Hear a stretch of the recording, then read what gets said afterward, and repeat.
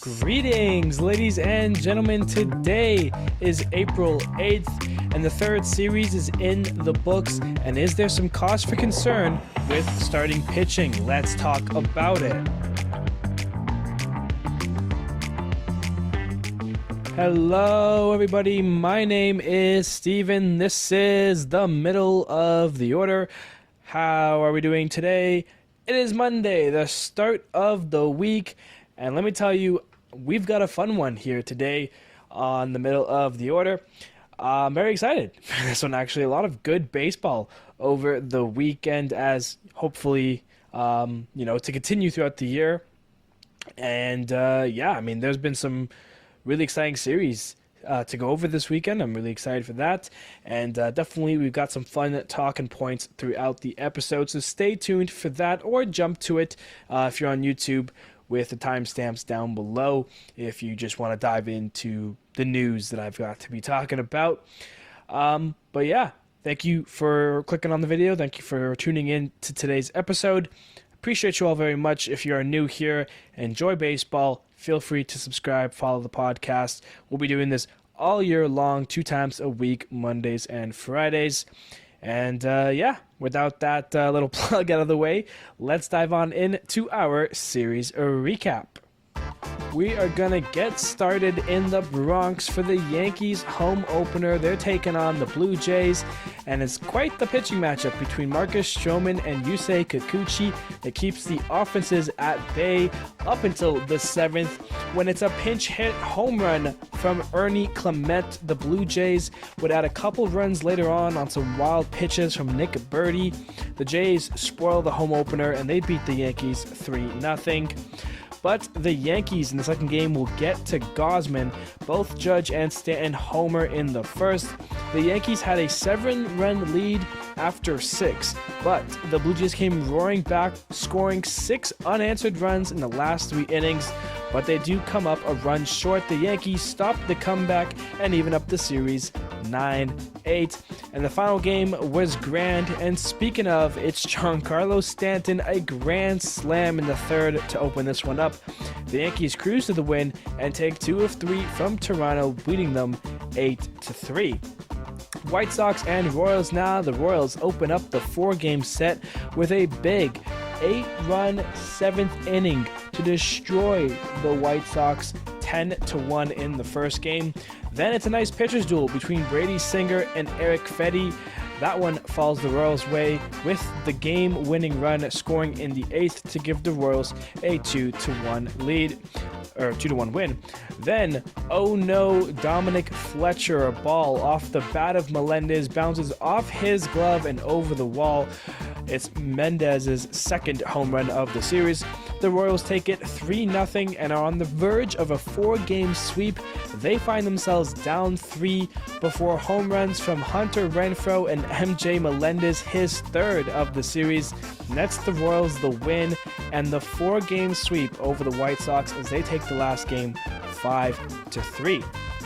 Guardians and Twins now, a very strong start from Tanner Bybee, going over 5 innings with 9 Ks, helps the Guardians as they get to Pablo Lopez and take the first game of the series with a 3-run 4th inning. They take it 4-2. Not a lot of scoring in this other game as the Guardians scored all of their runs on a David Fry 3-run home run. The Guardians used 7 pitchers to hold the Twins to 1 run as they win it 3-1, and that's all they would play as rain on Sunday caused the last game to be moved all the way to August 9th. So for now, this is going as a Cleveland 2-game sweep over Minnesota. A's and Tigers, Matt Vierling and Mark Canha homer for the Tigers, but it was Gio Urshela with the RBI double in the 8th that would give the Tigers the lead and eventual win as they take the opener versus Oakland 5-4. Brent Rooker hitting his second home run of the series. He drives in 3 on the day as Paul Blackburn and the A's pen keeps the Tigers from scoring. Oakland ties the series with the win 4-0. Zach Gelof with a big 3-run home run in the second made that a 5-run game, and Oakland would only add from there. they win it, their first series win of the season, take 2 of 3 from Detroit with the win 7-1. And a fun series here, the ALCS rematch between the Astros and Rangers from last year, and Texas opens the series with a 5-run second, capped off by an Adolis Garcia 3-run bomb. Later on, it's Marcus Semien hitting his first home run of the year. Texas takes it 10-2. A closer game here, but once again, it's Texas who opens the game with 4 runs in the 8th to make the Astros' chance at the comeback near impossible, as Texas takes another one 7-2. And then it's Ronald Blanco, who was starting to flirt with another no-hitter. A 3-run home run from Yordan would help the Astros, and it's all they would need, because there's no way they were going to get swept by Texas. Astros win the last game, avoid the sweep against their state rivals 3-1.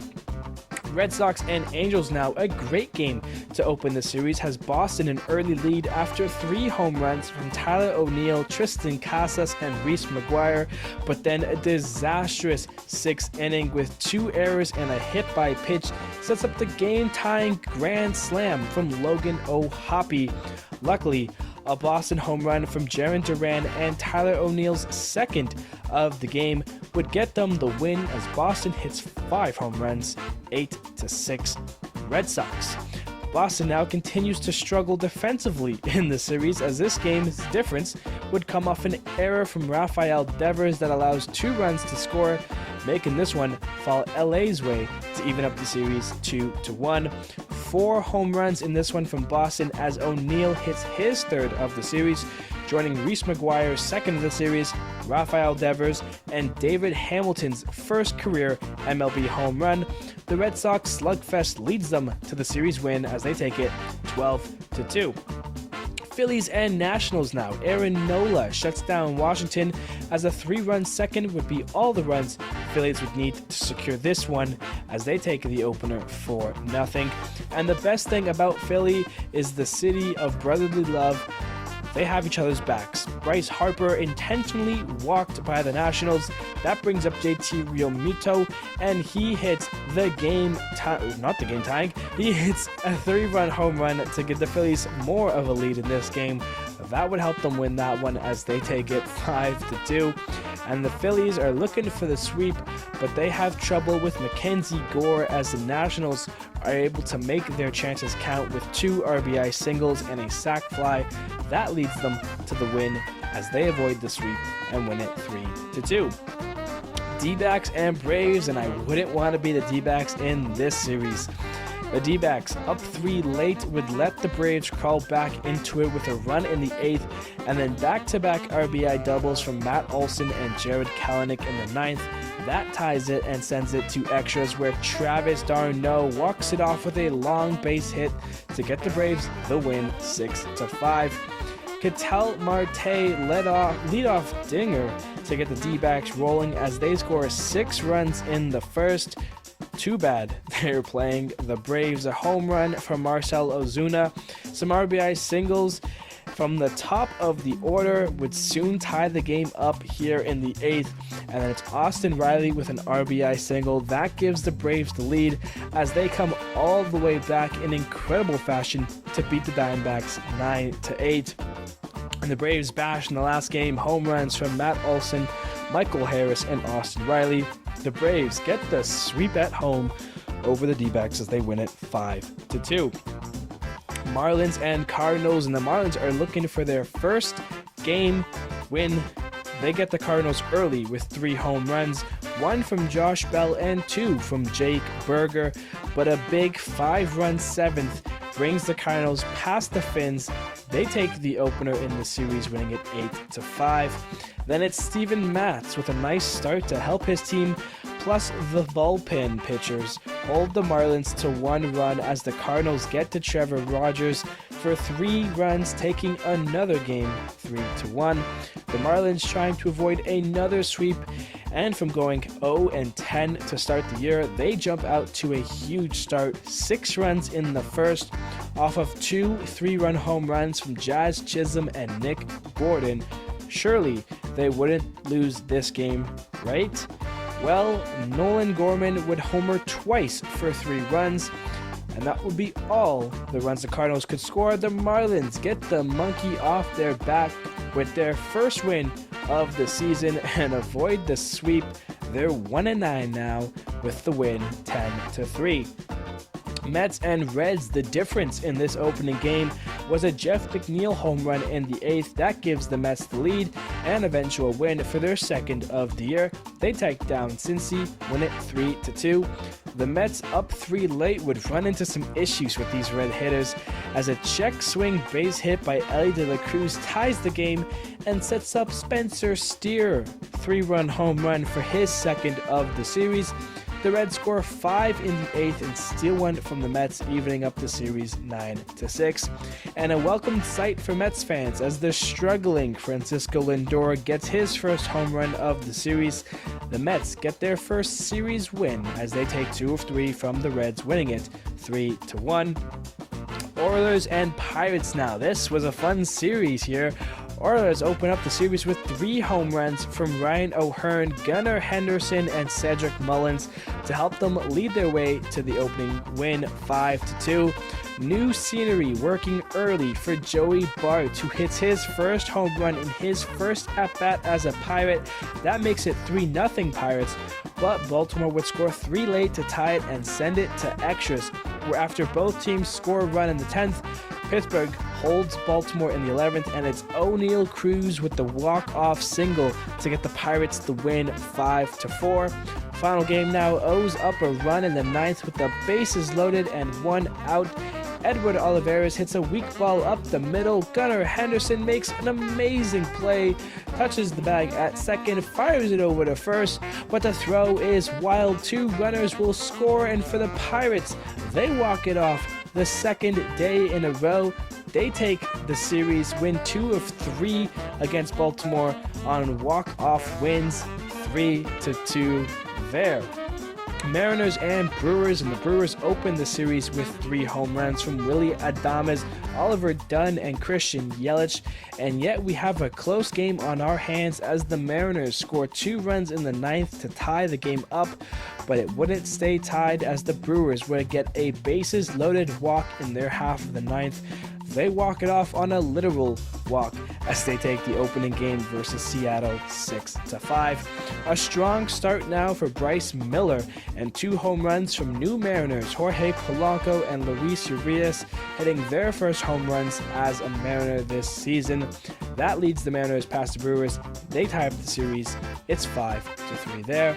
Last game, and it gets ugly for Seattle. The Brewers score 3 in the first, 3 in the second, and 4 in the fourth. William Contreras with 2 home runs. Willy Adames, he hits a home run, his second of the series. The Brewers take it, win 2 of 3 against Seattle. They take it 12-4. Dodgers and Cubs now, and despite Shohei hitting his second Dodger home run of his tenure there, the game was for the Cubbies. Home runs from Dansby Swanson and Michael Busch hitting his first home run of the season against the Dodgers, the team that traded him in the offseason. Cubs get the win 9-7. Yamamoto gets his best start so far in his MLB career. A 2-run single by Max Muncy is the difference in this one. Dodgers even up the series with the win 4-1. And who had the Cubs winning this series? They score 7 runs in the first 4 innings, and then a Cody Bellinger home run makes it an 8-run lead. The Cubs take down the Dodgers at home and win 2 of 3 with a score of 8-1 there. Rays and Rockies, and what a series this one turned out to be. A fun one here to start the home opener for the Rockies. The Rockies are in the driver's seat with the help of Ezekiel Tovar and Chris Bryant, his first of the year home runs there. But oh no, here comes Tampa in the 9th. Down 4, they score 5 runs and take the lead on an error wild throw from Ryan McMahon. But don't worry, Rockies fans, he'll make it up with the walk-off grand slam. Colorado wins what might be their best game of the year. Definitely the most exciting one so far. They take down Tampa 10-7. Talk about a home opener there. Another game, another Ryan McMahon home run, and he is joined by Michael Tolia and Brenton Doyle as 3 Rockies go deep for a 5-run lead. But once again, here comes Tampa scoring 2 in the 7th and 5 in the 8th. And this time, they'll hold on to it as they even up the series with the win 8-6. Rubber match here, Ryan Pepia with a great start as he strikes out 11 Rockies. That will help Tampa get the win there. Take 2 of 3 from Colorado and win it 3-2. And lastly here we've got the Padres and Giants, and they are already meeting for a second time this season with a little back and forth in this first game. We are tied at 2 late, and it's Theo Estrada with the walk-off double for the Giants as they get the first game, winning it 3-2. This second game was all about 2 players, Michael King and Jurickson Profar for the Padres. Michael King goes 7 scoreless to hold the Giants, while Profar hits a grand slam in the first inning for the only runs scored in this game. Padres even the series, win it 4-0. One more rubber match here, and despite giving up 10 hits in 7 innings, Logan Webb holds the Padres to 2 runs, which would help the Giants as they were down 1 in the 8th. They scored 2 runs thanks to a Matt Chapman single being the difference. The Giants bounce back, take 2 of 3 from San Diego, and they win it 3-2. All right, now with that being said and done, let's dive into our games of the weekend, and that is games. Because how do you choose between an amazing comeback from one of the top teams in baseball and a wild 9th inning that has a team losing it all just to win it back in walk-off fashion? You can't. We start with the Braves and Diamondbacks. This game, tough one for Diamondback fans. Top of the first, Marte, home run number 3 on the year. He is hot right now. Walker, he singles in a run. Randall Grichuk, he singles in a run. Moreno on a force-out drives in a run. Then it's Jake McCarthy single, and then Ketel Marte again in the inning, doubling a run in. 6-0 Arizona. We wouldn't see any more action to the bottom of the 4th. Ozuna doubles. That makes it 6-1 Atlanta as they start their comeback. Michael Harris with the triple. That makes it 6-2. Then at the top of the 5th, it's a fielder's choice that allows one more Diamondbacks run to score. And then McCarthy doubles as Arizona adds on. It's 8-2, back to a 6-run lead. Bottom 5, Marcell Ozuna, his 4th of the year already. A 3-run shot makes it 8-5. Then in the bottom of the 7th, Matt Olson, he singles the run. It's 8-6. Michael Harris, he singles in a run. It's 8-7. Oh no, here comes Atlanta. Bottom 8, Acuna singles. We've got a tie game. And then Austin Riley singles. And it's 9-8. Braves, they hold on and win it. Wow. What a job there for the comeback. A wild one in Atlanta. But that's not the only game of the weekend. Like I said, Colorado, what a game there. Your home opener against one of the top teams in the East, in the AL East, the Tampa Bay Rays. Top 1, Isaac Paredes gets things started. A single makes it 1-0, but don't worry. Bottom of the 1st, Rockies tie it right away on a Nolan Jones double. But then it's the top of the 2nd, and it's Yandy Diaz singling in a run, making it 2-1. Tampa would stay that way until the bottom of the 6th. Elias Diaz, catcher, sac fly, makes it 2-2, and that's only 1 of 3 runs because then Ezekiel Tovar, his 2nd of the year, 2-run shot makes it 4-2 Colorado. We jump now to the bottom of the 8th, and it's Chris Bryant. Get hot, Chris Bryant, please. Home run number 1 on the year. 2-run shot makes it 6-2 Colorado. 4-run lead entering the 9th. You're feeling good. Harold Ramirez singles 6-3. Ahmed Rosario, he grounds out. That means a run scores. It's 6-4. Ben Rotvelt, he singles. 2 runs score. It's 6-6. And then Jose Siri hits one to third baseman. McMahon throws over to first on a nice play, but the throw is lost by the first baseman. Wild throw there from McMahon. Rays score. It's 7-6. 5 runs. The comeback's complete. All they need to do is hold them in the bottom of the 9th.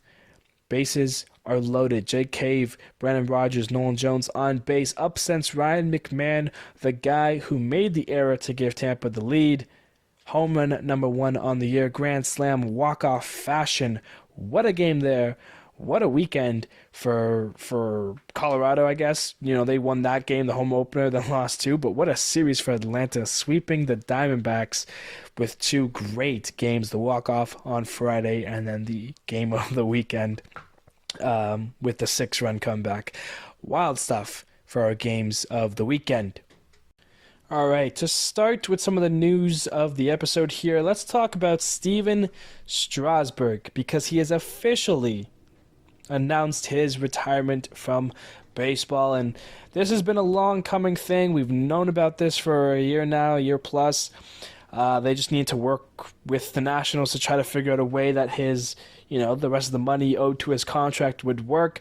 They finally have made an agreement of some sort and has officially announced his retirement. Obviously, Strasburg dealt with injuries, the surgeries, the nerve damage, the blood disorder, everything, the removal of his rib, neck muscles.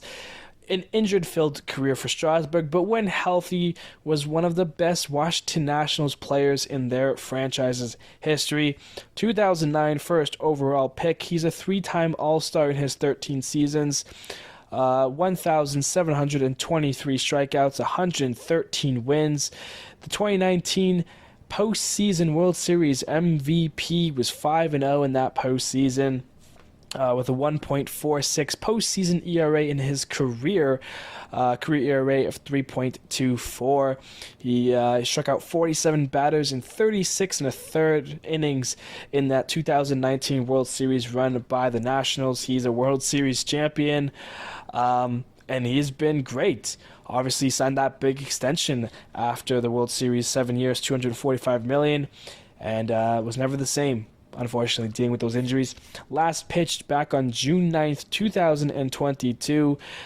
We've known for a while that the nerve damage and all of his injuries were too much, and he would never play again, but he was still technically rostered for the last 2 seasons despite not playing. Well, they've officially made their agreement. He's officially retired, and for Nationals fans, it will always be what could have been. What if he was healthy for those 7 years and he's pitching? Who knows what the Nationals would be like right now? They still would have had Soto and Turner and Scherzer maybe for another season or 2. You had to wonder, but of course, things fall apart unfortunately. And it was a great career for Stephen Strasburg, a well-deserved, ovation as he goes out here, unfortunately in tough terms, obviously. But congratulations, Stephen Strasburg, on a wonderful career. Hopefully he is healthy and doing well, and gets to spend time with his family now as he enjoys the rest of his life. So congrats, Mr. Stephen Strasburg. All right, now to continue on here, I want to dive into some of the early surprises that I've seen so far 10 days into the season here. Because it's never too early to start talking about what's been surprising you in the season here. The first thing I want to mention, the Royals have pitching right now. They have looked very strong. Obviously, the 4-game sweep over the White Sox this past weekend. Obviously, they are the White Sox. But still, so far, that starting rotation has looked a lot better than I thought it was going to look. I thought it was going to be great with the additions of Seth Lugo and Michael Wacha, but so far, they have been firing on all cylinders. Brady Singer, 2 games in, has looked great. Please continue to look great. For the love of God, I love Brady Singer. He has a 0.68 ERA, 13 and a third innings pitched, only 1 run given up. Seth Lugo, a 0.71 ERA, 1 run given up in 12.2 innings. Cole Reagans, a 1.46 ERA in his 2 starts, 12.1 innings pitched there with 2 runs. Michael Wacha, 2.25, 12 innings there, 3 earned runs. And then Alec Marsh at the end of that rotation, 3.09 with 4 earned runs and 11 and 0.23 innings there. He got beat up a little bit in the White Sox series. The rotations looked great. And yes, Each of them have only made 2 starts, granted, but still, that they're all within 13, 12 innings, which means they're getting 6 innings of a game.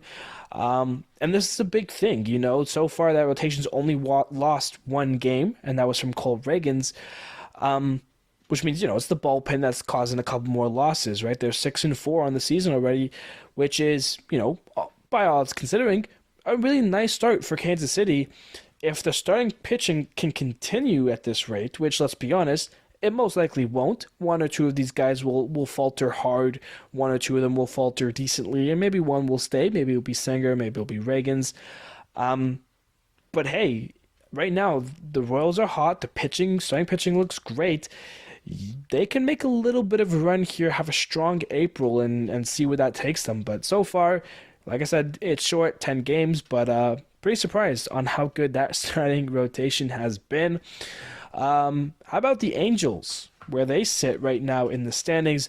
1 game above 500, 1 game back of Texas for first. Yes, it's short, but still, they are... I'm surprised how they've managed, obviously, with the series against Baltimore there. And considering Trout has done solo success here. Trout has 4 home runs and 4 RBIs, meaning the only runs that Trout has produced has been his solo shot home runs. He looks good. He looks healthy. He just needs to get people on base ahead of him.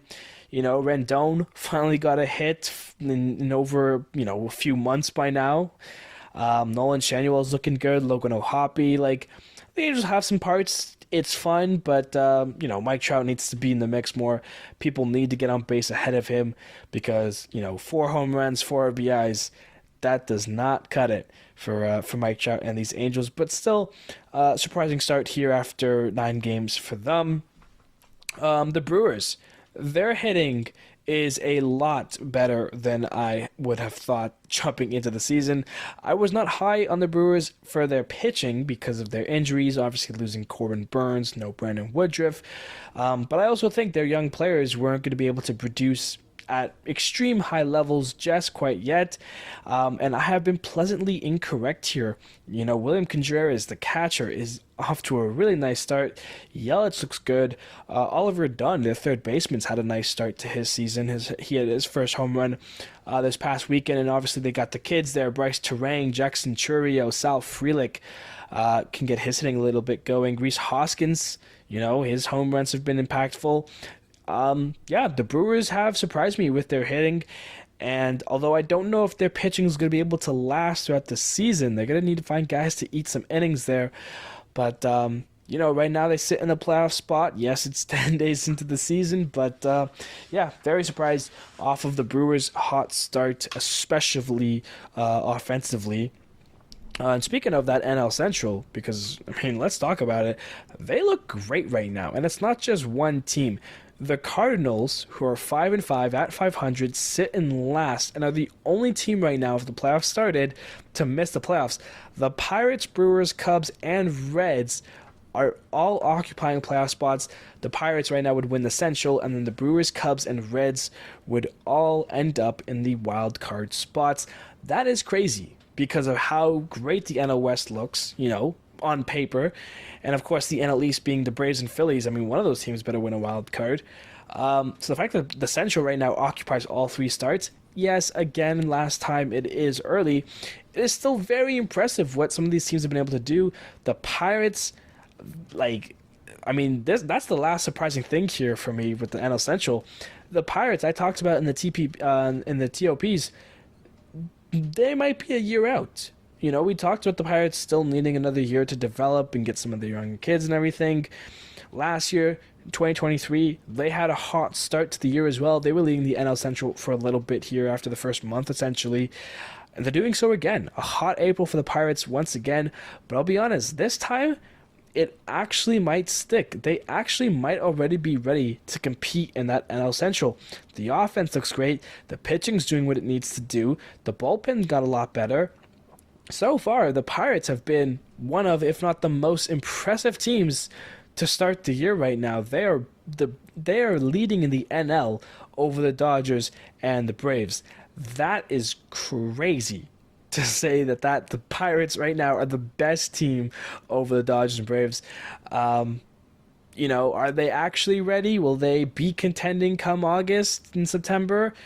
Who knows? But if Cruz can stay healthy, if Key Bryant stays healthy, if Keller can step it up a little bit pitching wise, this Pirates team could be a lot of fun this year. Last couple things here, surprises. The Guardians, their easy schedule has given them a chance to, get a hot start here and maybe be competing this season. They got started in Oakland, lucky there. Took 2 of 3 from Seattle, and then obviously the 2-game sweep over Minnesota with that last game getting postponed. They right now lead the AL Central, despite the Tigers being the last team to lose a game. They've already passed them. They start a 3-game series with the White Sox, and will face their first challenge, or first really main challenge, this weekend with the Yankees, and that leads into Boston. So some tough ones in the AL East coming up for the Guardians, but so far they're on a 4-game winning streak. They look good, and if they can sweep the White Sox, they'll be heading to, they'll be playing New York on a 7-game winning streak. So Guardians, something to be really excited about, and how do you continue that? Tough rest of the month. You're going Yankees, Boston, Oakland again, lucky there, and then you're finishing it Boston, Braves, Astros. So we'll see where the Guardians sit at the end of April, but so far they have had a nice schedule and they've been winning the games that they need to. So big ups Guardians. And the last thing that's a surprise, but not really surprise, is the Evil Empire, and they have risen. The Yankees so far this season have looked great. They're 8-2, the 4-game sweep over Houston. They took 2 of 3 from the Blue Jays their home opener here. The Yankees are back. Soto's delivering in a big way. And of course, remember, this is without Garrett Cole. I alluded that I think the Yankees were going to struggle early this season without Cole. They have done nothing but prove me wrong, winning 8 of 10. A very hard start for the Yankees. And at this rate, they're definitely going to be the team to beat in the AL East. Those are some surprises, some early surprises here 10 days into the season. Moving on now, the Phillies have officially shown off their City Connect jerseys for the season. And I gotta say, I actually kind of like them. There was a leak, I think, during spring training, that showed off the jersey. And at first I was, it really doesn't fit, in my opinion, the Phillies vibe. But after seeing the photos of it, and you hear more of the backstory, the colors of the flag, the Liberty Bells, the hat's very nice in my opinion. But even the uniforms have kind of grown on me since seeing them officially announced. Obviously, there's not much to say about it, not too much time to spend on the jerseys here. But I actually kind of like them. Definitely not my favorites. I've got the Braves up there, Giants are some of my favorite ones. But they're definitely not the worst ones. They've definitely grown on me. I kind of, I'm digging the blue. Bryce Harper looked really good in it. Bryson Stott was rocking it. So I'm excited to see them in action. I think it's going to happen 2 weeks from now, if I'm not mistaken. But I definitely am probably mistaken, because I actually definitely don't know the day.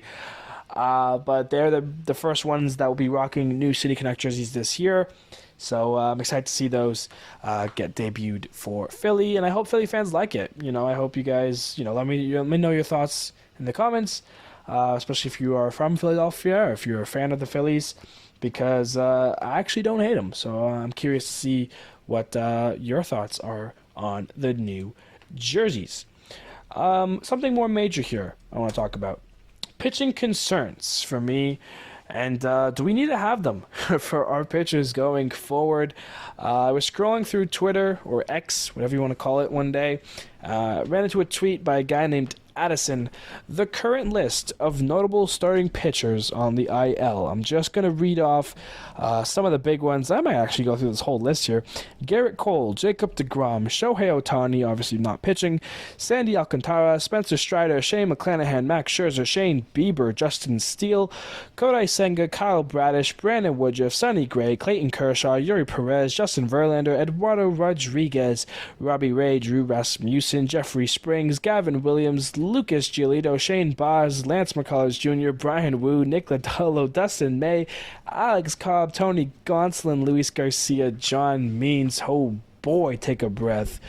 That is a huge list of elite, talented starting pitching, and it's being a real cause for concern, especially when we talk about the injury updates, because two of those guys that I mentioned there, being Strider and Bieber, just recently joined that list.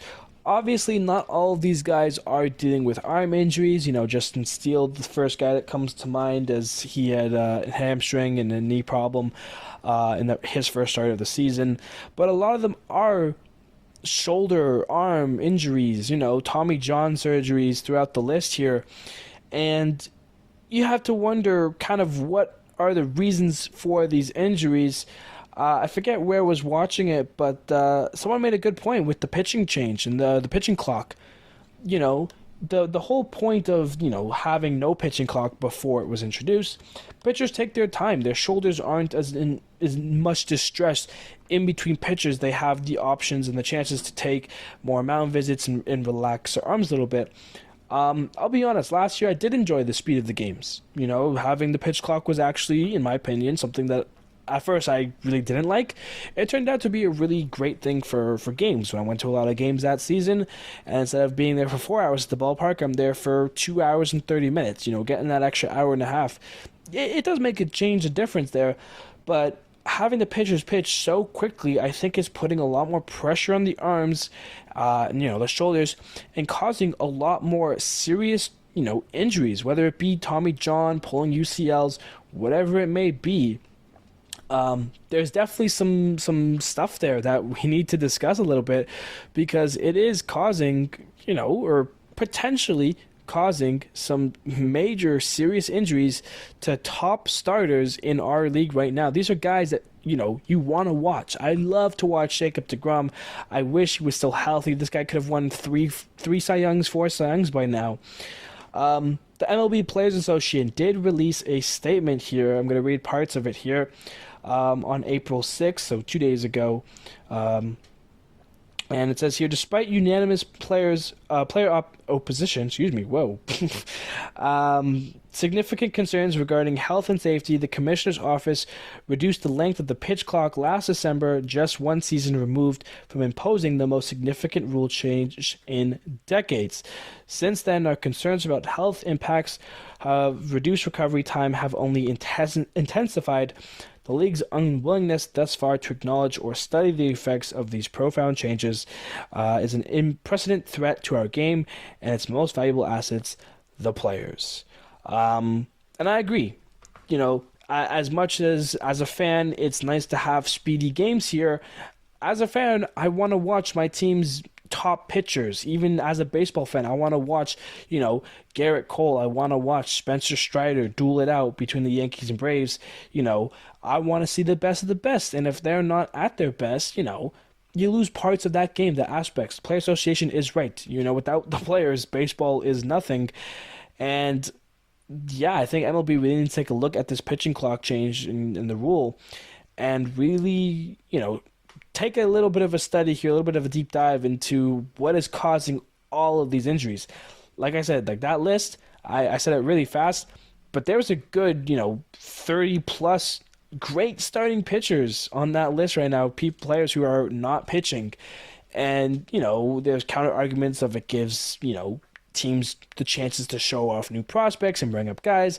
Great and all, but hey, DeGrom deserves to be pitching right now. All these guys deserve to be in their rotations and helping their teams win games. So I definitely think it's something to look into if you were MLB, if you're Rob Manfred, because speed's not everything.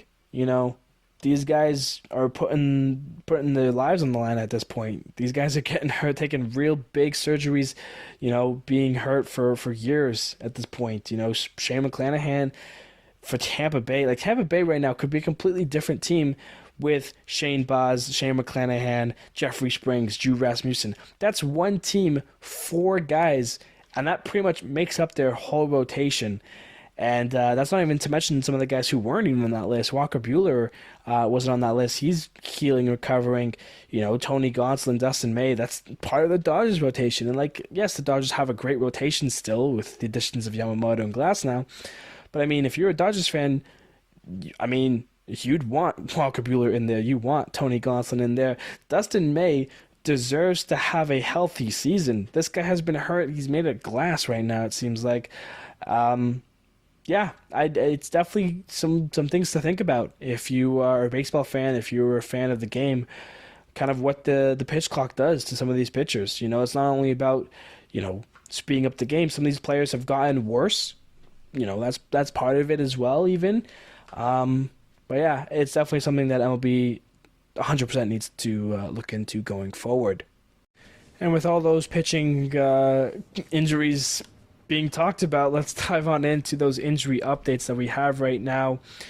And of course, as mentioned, Spencer Strider, he's on the 15-day IL with a right UCL sprain. And then Shane Bieber, he was off to such a great start, 2 amazing starts for the Guardians. He's going to be out for the rest of the season and some of next year. He is going to go and get Tommy John surgery. But it's not just those 2 pitchers. We also have Luis Robert Jr. from the White Sox. That's a big blow to the White Sox team. 10-day IL for him with a right hip flexor strain. Trevor Story from the Boston Red Sox, a 10-day IL there for a dislocated left shoulder. And Geraldo Perdomo, a torn meniscus in his knee.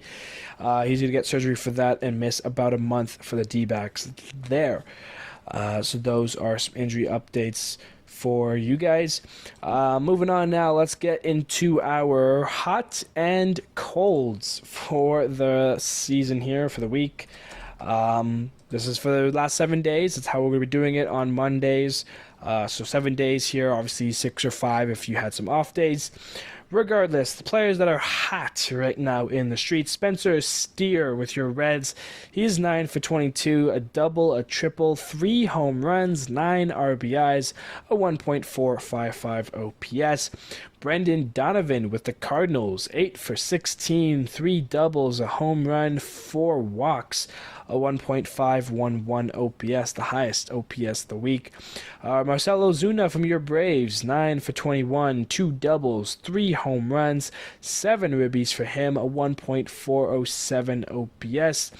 William Contreras with your Brewers, he had a great series, 8 for 18, 2 home runs, 6 RBIs, a 1.378 OPS for him. And then how about Seiya Suzuki with your Cubbies, 7 for 20, a double, 2 home runs, 10 RBIs, 4 walks, a 1.144 OPS. There are your hot players for the week. Flipping the script to some cold now, Theo Estrada from your Giants. Despite the walk-off double, he is 2 for 24 with 9 strikeouts. Not great, but at least you got that walk-off to cheer you up. Victor Scott, 1 for 22, 6 Ks. Randy Arozarena, part of the reason the Rays aren't doing so hot right now. He's 2 for 20 with 6 strikeouts there. J.P. Crawford with your Mariners, 3 for 24 with 6 strikeouts. And then Nicholas Castellanos with your Phillies, 1 for 20 with 6 strikeouts there. Not great stuff at all for those players. Hopefully they can right their ships. Outstanding performances for the weekend here. We got a nice list. Michael Wacha from your Royals, of course. 7 innings pitched, 2 hits, no earned runs, a walk, 8 Ks. Bryce Miller from your Mariners, 7 innings pitched, 3 hits, no earned runs, 1 walk, 7 Ks. Michael King, 7 innings pitched, 4 hits, no earned runs, 1 walk, and 4 Ks for him. Ronel Blanco, 6 innings pitched, 1 hit, the only hit he's given up this year so far. No earned runs, 4 walks, 4 Ks. Marcus Stroman, the Yankees home opener, 6 innings pitched, 3 hits, no earned runs, 1 walk, 6 Ks. Reed Detmers with the Angels, 6 innings pitched, 3 hits, 1 earned run, 1 walk, 12 strikeouts for him. Dean Creamer for Baltimore, 7 innings pitched, 5 hits, no earned runs, no walks, 6 strikeouts. Yoshinobu Yamamoto, 5 innings pitched, 3 hits, no earned runs, 2 walks, and 8 Ks, his best start so far. Ryan Feltner with the Rockies, what a start he had. 6 innings pitched, 2 hits, 1 earned run, 2 walks, 10 strikeouts against the Rays. Crazy stuff there. Ryan Pepio for the Rays, 6 innings pitched, 3 hits, no earned runs, no walks, 11 strikeouts for him. And then Jordan Hicks, he deserves some flowers because I said he wouldn't be doing so great. And he had a nice start against the Padres. 7 innings pitched, 5 hits, the 1 earned run, no walks, and 5 Ks. Very impressive stuff there from Hicks. All right, now second to last item on the agenda, the first one of the year. It's time for a standings check. Bringing them back now weekly here on Mondays. Taking a look at the standings so far. In the AL East, the Yankees lead the way at an 8-2 record, 1 game above Boston at 7-3. Baltimore smack dead in the middle at third. They're 5-4, 2.5 back. The Rays 5-5 at 500, 3 games back.